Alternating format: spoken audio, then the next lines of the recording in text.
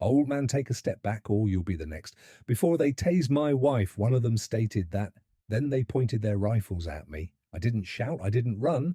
I merely spoke 5 words while glancing at their commander. Give General Rourke a call. Now the SWAT team froze at that point.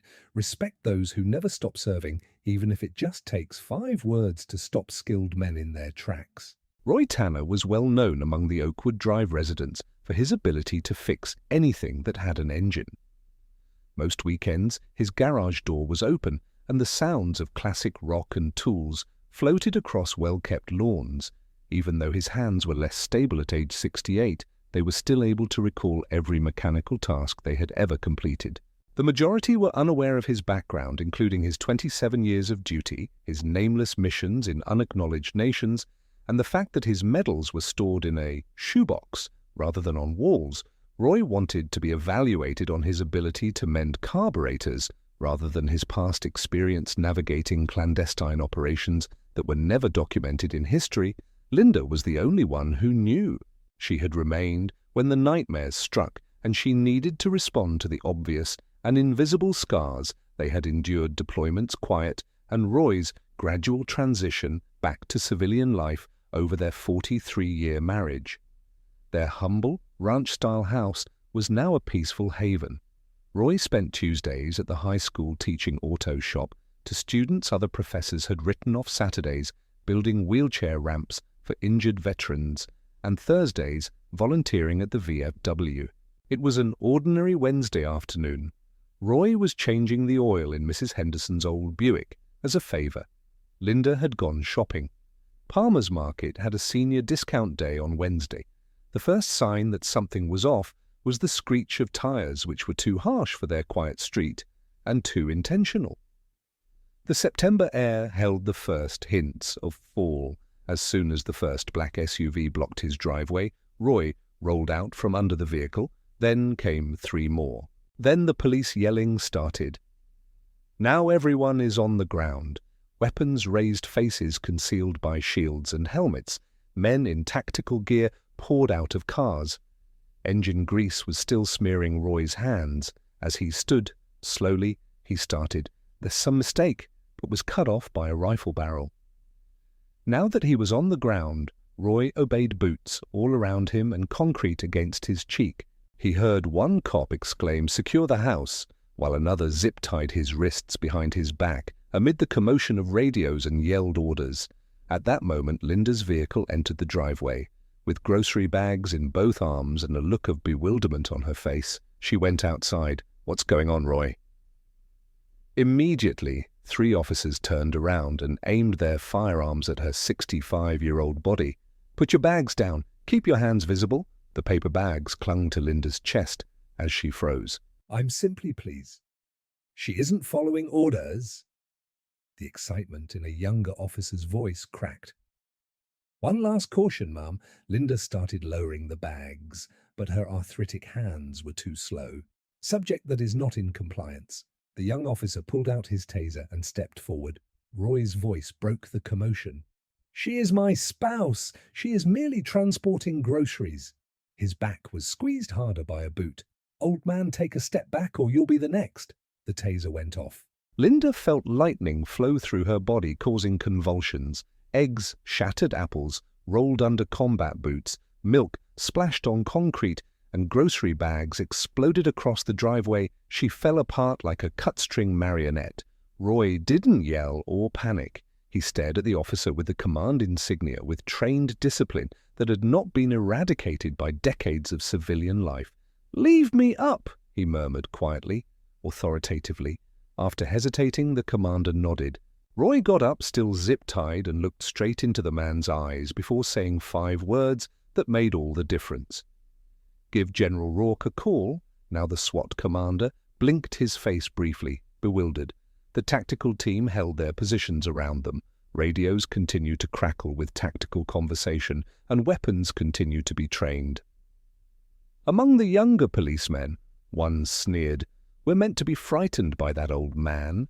Carlos Menendez has a warrant that we are carrying out high-level trafficking in drugs. Don't mention the military." Roy's face remained unchanged. He continued to stare at the commander. 4588 Oakwood Drive is the address here. 4588 Oakwood Avenue is what you desire. A completely different zip code, even though Linda was still lying. Still on the concrete, his voice was steady. Break free from these constraints and contact Central Command's General James Rourke. I have to take care of my wife, sir, Roy continued. She suffers from a cardiac ailment. The commander paused, his professional demeanor beginning to show signs of uncertainty. Verify the address. One of his team members was ordered. As they checked, Roy spoke once more, left inside my jacket pocket. Don't touch, but look. The commander came slowly, gloved hands, digging into Roy's jacket pocket. He pulled out a battered metal medal bearing the Black Eagle emblem, which anyone with experience in military intelligence would recognize. Roy muttered, "Black protocol clearance." The room became silent. The radio seemed to be quiet as well. An elderly member of the tactical squad whispered something to the commander. "It's not only military, sir. That's Tier 1 secret operations. Russia is that country." The commander's attitude changed instantly. He said, "Get the medic over here now." She removed his restraints. The operation fell apart around Roy as he crouched next to Linda and used his trained fingertips to check her pulse. One cop rapidly fiddled with his phone, probably using database searches to confirm Roy's identity. To verify the address mismatch, a second radio was sent out. As the medic arrived, Roy helped Linda sit down and said bluntly, "You hit the wrong house. No one bothered to check. You used undue force on an elderly person carrying groceries and exacerbated the situation without cause. The entire action was captured on camera from the porch of a neighbor across the street." He only said 5 words he would later tell reporters. As if they were watching someone flip a switch, the SWAT crew lowered their firearms. The commander came up, his helmet off. Now his face whitened with insight. "Our intelligence, sir, was that." "You didn't have anything," Roy interrupted, his tone still composed, but with a sarcastic tone that caused the cop to back off. "All you had was power without responsibility and exhilaration." Linda's eyes opened, clearly confused and in pain. "Roy," he assured her, "I'm here," and turned back to face the commander. "Now I'm bringing my wife inside. Your group will stay outside. You'll give General Rourke a call right now."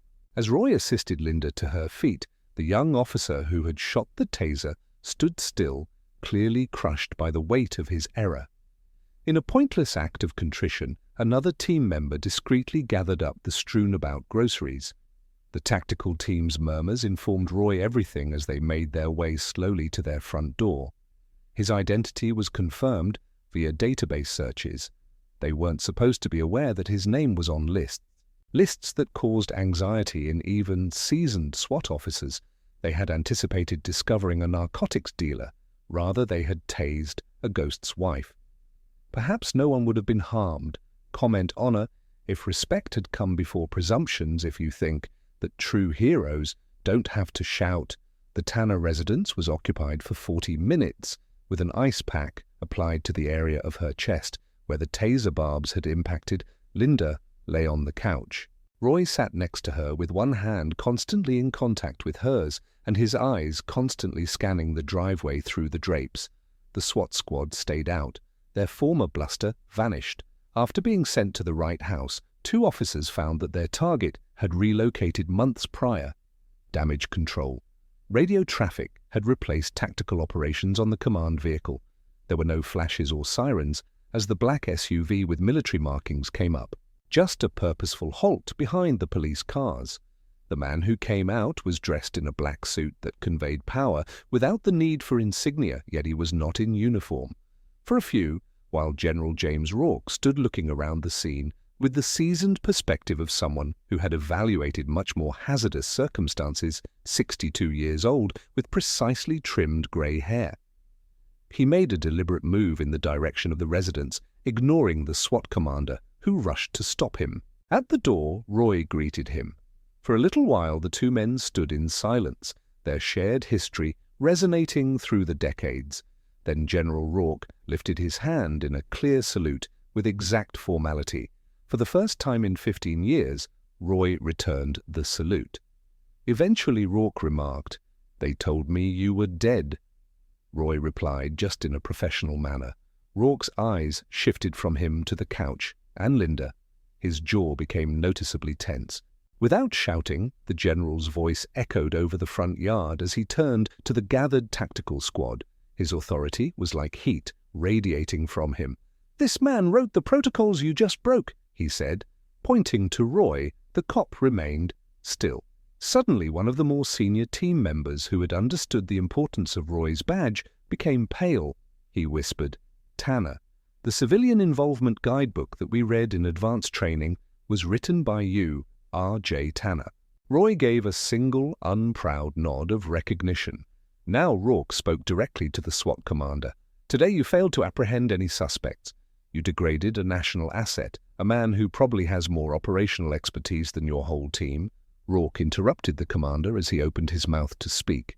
"The officer used a taser without properly assessing the threat. He's where?" The young officer moved forward, clearly shaking.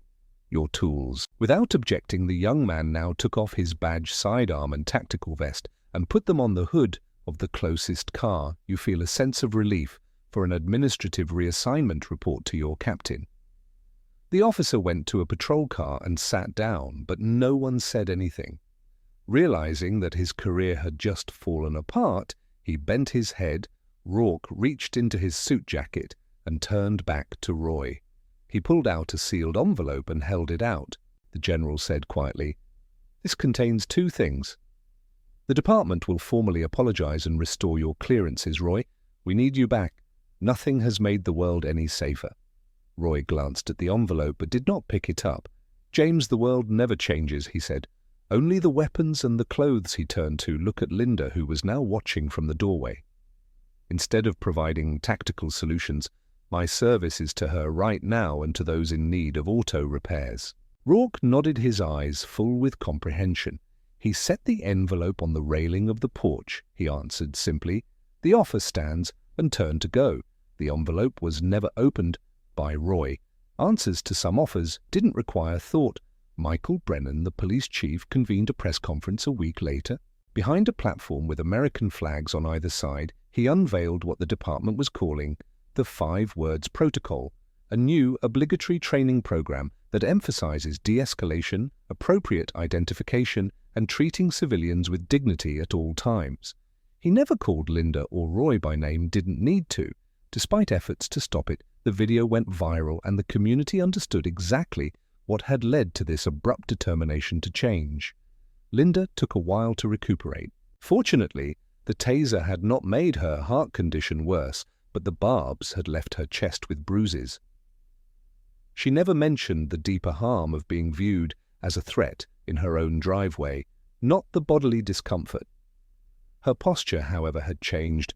At the grocery store, she stood taller next to Roy, looked directly into the eyes of the officers they passed, and refused to let the incident devalue her. Roy went about his daily business. The oil in Mrs. Henderson's Buick was changed. He was still seen by the VFW on Thursdays. Even so, the high school auto shop students discovered that patience and engine oil could occasionally conceal second chances. However, the neighborhood became aware of the changes, how each patrol vehicle decelerated close to the Tanner driveway. When officers passed Roy on his morning stroll, they were the first to nod, how the driver of an unmarked black SUV would sometimes leave little packages on the porch, books and fine whiskey bottles. There was once a restored picture of a much younger Roy standing with artfully blurred faces amid men. A rookie officer's cruiser broke down close to the Tanner residence 3 months after the event. Before the young man had even yelled for help, Roy came out of his garage carrying tools. Eventually the cop found the confidence to labor under the hood with him. He started reluctantly, "Sir, now everyone at the academy is talking about you and what transpired." One phone call they believe could have ended careers that day. He hesitated, his hand motionless on the wrench. "Why didn't you?" Roy answered after tightening a bolt. He said it simply, "Because retaliation doesn't fix engines and it doesn't fix people." After that, the cruiser's engine started on the first attempt. Roy took a step back and used a rag to clean his hands. With respect in every word, the young officer said, "Thank you, sir." "Just Roy," he clarified. He was cornered outside the VFW later that week by a reporter with an aggressively extended microphone. "Why didn't you defend yourself when they attacked your wife, Mr. Tanner? The training was given to you, you were correct. Why only 5 words rather than action?" Roy's demeanor was neither proud nor angry as he stared straight into the camera, because he said 5 words were louder than fear. Furthermore, standing above someone else isn't always the strongest stance. It's where you're refusing to back down. After decades of service that would never be documented in history books or honored with medals, he walked away and returned to his vehicle, just a guy who made things right, who knew that some kinds of power might be heard without ever raising their voice, who had discovered that mercy rather than force was frequently the most effective way for legitimate authority to communicate, a man who opted to become a builder after having previously been a weapon. If you think some men don't need titles or rank, subscribe to Life Story. 5 words and the truth that goes with them.